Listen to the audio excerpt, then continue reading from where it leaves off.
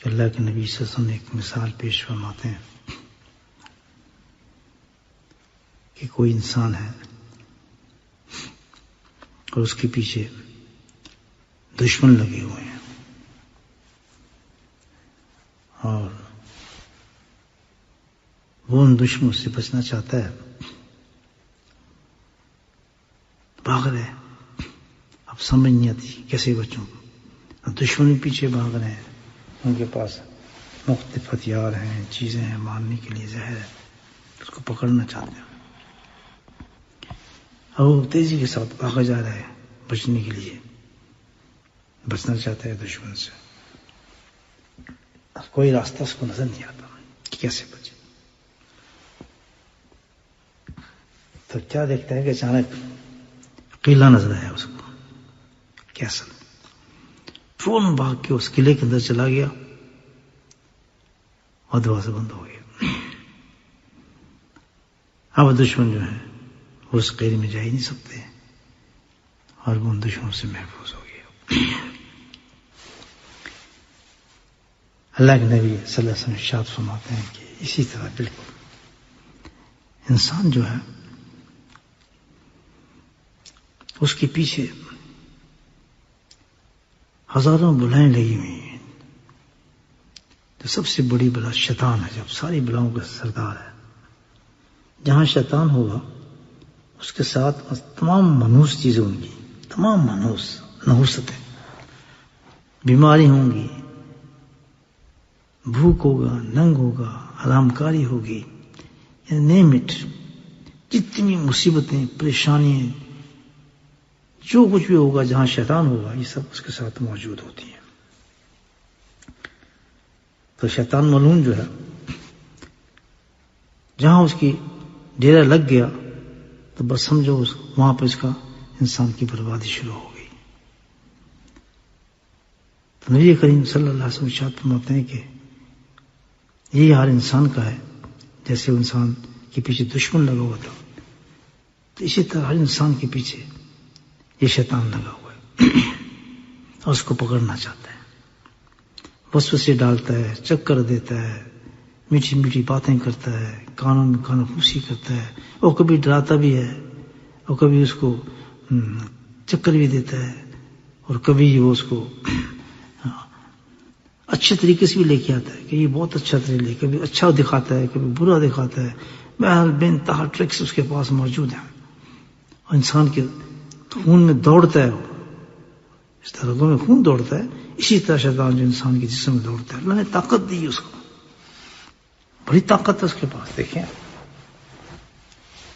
اس طاقت کے ساتھ انسان کے پیچھے شیطان بھاگتا ہے، کہتے ہیں فلاں آدمی بیمار ہو گیا، فلاں کو یہ ہو گیا، فلاں میں بیماریاں آ گئیں، فلاں میں فلاں یہ ہو گیا، سب کے پیچھے جو ہاتھ ہے وہ شیطان کا ہوتا ہے، سب چیز کے پیچھے جو کام کرتا ہے وہ شیطان کرتا ہے۔ یہ ساری حدیثیں بتا رہی ہیں آپ کو، کاش اللہ پاک اللہ ہمیں ایمان تو دے دیا لیکن یقین نہیں دیا ہمیں، تب کتنے خوبصورت اللہ کے نبی صلی اللہ علیہ وسلم یہ ارشاد فرمایا ہے، اور ہمارے نبی ہیں، لیکن ہم سنتے ہیں اور یقین نہیں کرتے ان باتوں پہ۔ اگر آج کاش ہم ان باتوں کو سمجھ جاتے، اس ایک ہی بات کو سمجھ جاتے کہ بھئی جو کچھ بھی نحوستیں آئیں گی، بیماری آئیں گی، پریشانی آئیں گی، جو کچھ بھی ہمارے گھر میں آئے گا، غلط قسم کا معاملات ہماری زندگی میں، اس کے پیچھے شیطان ہوتا ہے، نہیں مانتے ہم؟ تو فرمایا کہ شیطان اسی طرح انسان کے پیچھے دوڑ ہوتا ہے، کسی کی بیماری ڈالتا ہے، کسی میں کچھ ڈالتا ہے، کسی میں جادو ڈالتا ہے، کسی کے پیچھے جنات چھوڑ دیتا ہے، کسی کو ڈپریشن ڈال دیتا ہے، کسی میں کوئی نفسیاتی بیماری ڈال دیتا ہے، ہاتھ دھو تو ہاتھ ہی دھوتا رہتا ہے، منہ دھو تو منہ ہی دھوتا رہتا ہے، یعنی عجیب عجیب طریقے سے شیطان جو انسان کو ذلیل کرتا ہے، برباد کرتا ہے، تباہ کرتا ہے۔ ادب مبین ہے اللہ کے نبی، اللہ فرماتا ہے، اللہ کے ادب مبین فرمایا، اللہ کے نبی صلی اللہ علیہ وسلم نے اس کا تشریح فرمائی ہے حدیثوں کے اندر، یہ شیطان ہے۔ یاد رکھیں جب بھی کوئی ایسے واقعات پیش آ رہے ہوں تو فوراً سمجھیں کہ یہ نتیجہ شیطان کا ہے۔ فرمایا کہ شیطان وہ انسان کے پیچھے بھاگتا ہے،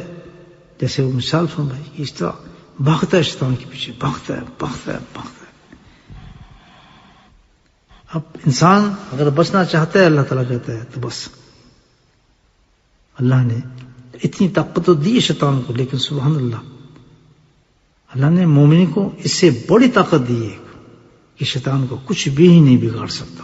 کچھ بھی نہیں بگاڑ سکتا، خود ہی تباہ ہو جاتا ہے۔ کیا فرمایا کہ جب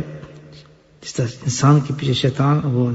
دشمن بھاگ رہے تھے تو اس طرح انسان کے پیچھے شیطان بھاگتا ہے۔ تو انسان کہاں گیا تھا؟ دشمن سے بچنے کے لیے ایک قلعے میں چلا گیا تھا، اور قلعے میں جا کے محفوظ ہو گیا۔ تو اللہ کے نبی فرماتے ہیں واہ سبحان اللہ کہ جب انسان اللہ کے ذکر کو شروع کر دیتا ہے، اللہ کے ذکر میں آ جاتا ہے تو اس قلعے میں داخل ہو جاتا ہے کہ شیطان کچھ بھی نہیں کر سکتا اس کا۔ اتنا مضبوط قلعہ اللہ نے بنایا ہے ذکر کا، سبحان اللہ، کہ شیطان کی کوئی وارث پہ نہیں چل سکتا، نہ اس کو نافرمان کر سکتا ہے، نہ بے نمازی کر سکتا ہے، نہ اس میں دشمن چھوڑ سکتا ہے، نہ جنات چھوڑ سکتا ہے، نہ جادو چھوڑ سکتا ہے۔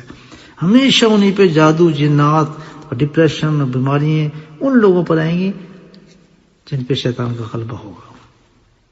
اور جو اس قلعے میں آ جائیں گے، سبحان اللہ۔ کون سا قلعہ بتایا اللہ تعالیٰ نے؟ ذکر اللہ، اس کو قلعہ کہا ہے حدیث کے اندر۔ قلعہ کا ہے، اللہ کے نبی سنتا ہے کہ یہ قلعہ ہے، اتنا مضبوط قلعہ ہے کہ جب انسان اس قلعے میں بیٹھتا ہے، ذکر شروع کرتا ہے، اپنا ذکر کرتا ہے تو بس ختم، اللہ اس کو محفوظ کر لیتا ہے اس قلعے کے اندر۔ نہ کوئی بلا آتی ہے، نہ مصیبت آتی ہے، نہ پریشانی آتی ہے، نہ کچھ بھی اس کے نزدیک نہیں آتا۔ یہ اللہ کا ذکر ہے۔